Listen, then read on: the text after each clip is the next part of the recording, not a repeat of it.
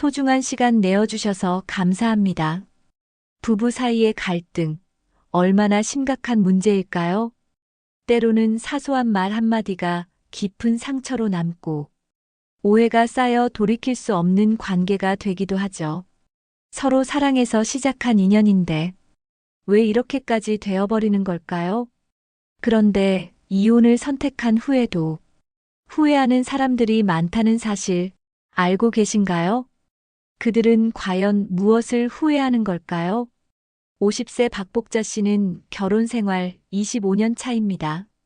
처음엔 누구보다도 행복한 신혼을 보냈지만 시간이 흐르면서 사소한 다툼이 잦아졌습니다. 남편은 집안일을 전혀 도와주지 않았고 대화보다는 침묵이 더 익숙해졌습니다.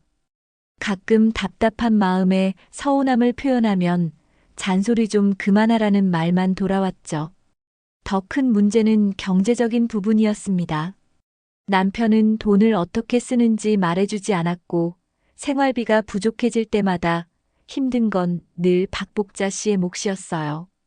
아이들을 키우느라 자신을 돌볼 여유도 없이 살아왔는데 이제는 모든 게 지쳐버렸습니다. 박복자 씨는 이런 생활을 계속해야 하는지 고민하기 시작했어요. 하지만 이혼을 선택한 사람들이 모두 후련하기만 할까요? 막상 결정하고 나면 후회가 밀려오는 순간도 있다고 하는데요. 과연 그들은 어떤 이유로 후회하는 걸까요? 박복자 씨의 남편은 점점 더 가정에 무관심해졌습니다. 퇴근하면 바로 방에 들어가 TV를 보거나 휴대폰만 들여다보았고 대화다운 대화는 거의 없었습니다. 결혼 초반엔 그래도 함께 식사를 하던 시간이 있었지만 이제는 각자 따로 먹는 것이 당연한 일이 되었죠. 무엇보다 감정적으로 멀어진 것이 가장 큰 문제였습니다. 남편은 아내의 고민을 들어주지도 않았고 따뜻한 말 한마디도 건네지 않았습니다. 오히려 짜증을 내거나 무시하는 태도가 잦아졌죠. 어느 날 박복자 씨는 몸이 너무 아파서 남편에게 병원에 좀 같이 가달라고 했습니다. 하지만 남편은 병원 정도는 혼자 갈 수 있잖아라며 무심하게 말했죠. 그 순간 박복자 씨는 깊은 외로움을 느꼈습니다. 아이들도 이제 다 컸고 남편과 더 이상 부부로서의 의미가 없는 것 같았습니다. 더 이상 참을 이유가 없다고 생각한 박복자 씨는 결국 이혼을 결심하게 되었습니다. 하지만 이혼을 선택한 사람들이 모두 후련하기만 할까요? 이혼 후 그녀는 자유로움을 느끼기도 했지만 그 이면에는 정말 후회하는 것들이 더 많다고 합니다. 도대체 무엇이 그녀를 후회하게 만든 걸까요? 이혼 후 박복자 씨의 삶은 처음엔 마치 새로 태어난 듯 자유롭고 신선하게 느껴졌습니다. 그동안 억눌린 감정과 무거운 책임감에서 벗어나 자신을 위한 시간을 가질 수 있다는 것이 얼마나 큰 기쁨인지 새삼 느꼈죠. 매일같이 자신의 욕구와 필요를 최우선으로 생각할 수 있는 아침에 일어나서 누구의 눈치를 보지 않고 천천히 커피를 마시며 하루를 시작하는 것이 정말 행복한 일이었습니다. 박복자 씨는 자신이 오랫동안 꿈꾸었던 취미를 시작했습니다. 미술을 배우고 싶었지만 항상 아이들 돌보고 가사에 쫓기느라 미뤄왔던 그 꿈을 이제는 마침내 현실로 만들 수 있었습니다. 주말마다 작은 갤러리에서 작품을 전시하거나 미술 수업에서 새로운 사람들과 교류하며 얻은 성취감은 말로 다 할 수 없을 정도였죠. 하지만 그 자유에는 예상치 못한 후회도 함께 밀려왔습니다. 첫째, 사회적으로 돌싱이라는 열등감. 박복자 씨는 이혼 후 돌싱이라는 타이틀을 달고 살아가야 했습니다. 처음엔 이혼이 자신에게 맞는 선택이라고 생각했지만 사회적인 시선은 그녀가 생각한 것보다 훨씬 더 냉정하고 비판적이었습니다.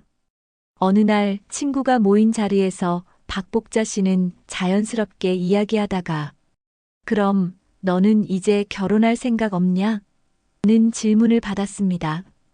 그 순간 박복자 씨는 속이 타들어가는 느낌이었습니다. 왜 내가 이혼을 했다고 그렇게 보나? 그녀는 그 질문을 받으며 자신이 마치 결혼하지 못한 실패한 사람처럼 느껴졌습니다. 주변 사람들의 미묘한 시선도 그녀를 괴롭게 만들었죠. 그때마다 나는 이제 이 사회에서 외톨이가 된 건 아닐까? 라는 생각이 들어 마음 한 구석이 아팠습니다. 이혼을 선택한 그녀에게 돌싱이라는 타이틀이 그렇게 무겁게 느껴질 줄은 몰랐습니다. 둘째 자녀 문제. 이혼 후 자녀들과의 관계는 점점 멀어졌습니다. 박복자 씨의 자녀들은 이제 모두 성인이 되어 자신만의 삶을 살기 시작했습니다. 그러나 처음엔 자주 찾아오던 자녀들이 점차 연락도 뜸해지고 대면하는 시간도 줄어들었습니다. 어느 날 박복자 씨는 자녀들이 집에 찾아왔을 때 무심코 던진 말이 생각났습니다. 엄마, 그냥 혼자 잘 지내면 되지 않아요? 박복자 씨는 그 말이 가슴에 와 닿았습니다. 나는 이제 그들에게 중요한 존재가 아닌 걸까? 자녀들과의 관계에서 점점 거리가 생기는 것을 느낀 박복자 씨는 자신이 이혼을 결심하기 전에 그들에게 어떤 영향을 미칠지 충분히 고려하지 못했다는 것을 후회했습니다. 자녀들의 마음속에서 자신이 점점 사라지는 것 같은 느낌이 들었고, 그럴 때마다 마음이 아팠습니다. 셋째, 경제적인 문제. 이혼 후 박복자 씨는 경제적인 어려움을 겪기 시작했습니다. 결혼 전에는 남편과 함께 가정을 꾸려나가던 삶이었지만, 이제는 모든 경제적 책임을 혼자 져야 했습니다. 내가 왜 더 일찍 경제적 독립을 준비하지 않았을까? 하루는 문득 생활비가 부족해지는 상황에 처한 박복자 씨는 다시 한번 그 결정을 후회하며 눈물을 흘렸습니다. 내가 혼자서 이렇게 힘들게 살게 될 줄 알았다면 조금 더 준비했을 텐데. 그녀는 이혼 후에도 여전히 경제적으로 불안한 현실을 직시하면서 그 선택이 가져온 결과에 대해 깊이 반성했습니다. 사람들은 누구나 후회와 어려움을 겪으며 살아갑니다. 이혼 후 박복자 씨는 돌싱이라는 사회적 낙인, 자녀들과의 거리감, 경제적인 어려움 등 예상치 못한 도전들을 마주했습니다. 그러나 사람들은 그런 후회와 어려움 속에서도 중요한 것을 배우고 그것을 통해 성장할 수 있는 기회를 찾기도 합니다.